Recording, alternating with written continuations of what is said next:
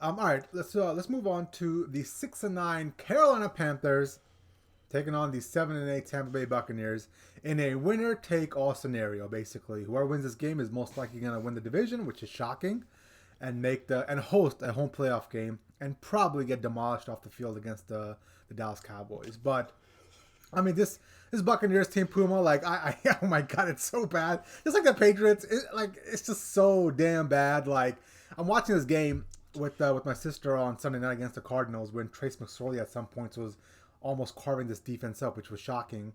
But I mean, top to bottom, Puma, this team is bad. Like I can't point to one thing about the Buccaneers that is a positive. The coaching sucks. The defense at times has looked almost like horrid. The rushing attack is like historically bad. We're talking like last in the NFL. Brady is so quick to get the ball out because he doesn't trust his offensive line, and the offensive line doesn't trust him. So like the symbiotic relation between the offensive line and the quarterback is all messed up.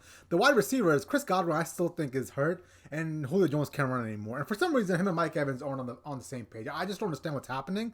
I think there's more to this season, and once it's all done, once all the stories come out, there'll be more to the story about the 2022 Buccaneers and what we're seeing on the field. And I think it's just a lack of focus. I really believe that. I think Brady's not in it. His heart is not in it. And I think the Buccaneers themselves aren't good enough to overcome Brady's heart not being in it. Right. I mean, I'm just going to say. At this point, truthfully, Puma, I kind of want to see Carolina win. Like, I really do. I'm kind of there, too. I'm kind of like, let's have all the chaos. Yeah. EJ, our first episode of the season, we said, like, if you were going to bet a futures, like, win total, like, over, under, hammer the Buccaneers under 11 wins. Like, and they're at 7 right now. Like, they're not getting to 11 wins this season. So that was almost like a, pass, go and get $200 on Monopoly.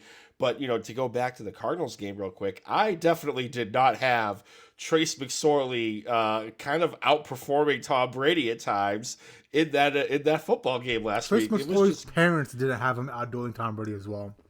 Like, it was just god awful. Like there's no heart in that team. Like, there's nothing. I don't even think like the one just shiny, like you were looking for like one positive takeaway from the team. I don't even think like Ryan Suckup this season has been like a positive takeaway for this team. But somebody has to win this division, Well, and quite frankly, Jay, why not the Panthers? Let me ask you a question. What do you think it is? And this is where I'm coming from. I think that Todd Bowles seriously lacks leadership skills. I think that locker room misses BA's. As much as we hated it, we did understand that BA was the bad guy in the locker room, and he'll call out anybody and everybody.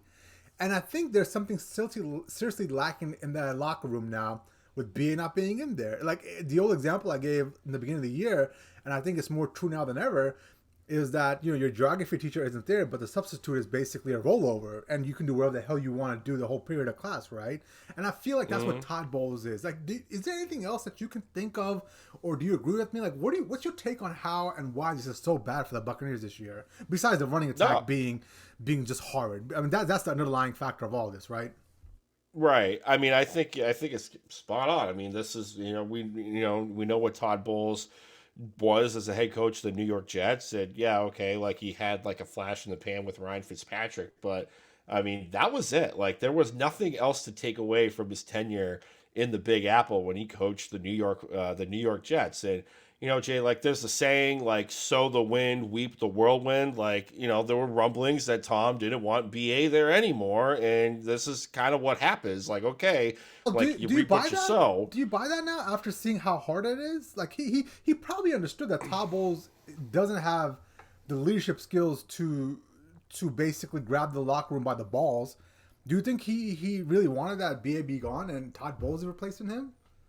I mean, there were times last season where they did not look happy at all. They weren't on the same page.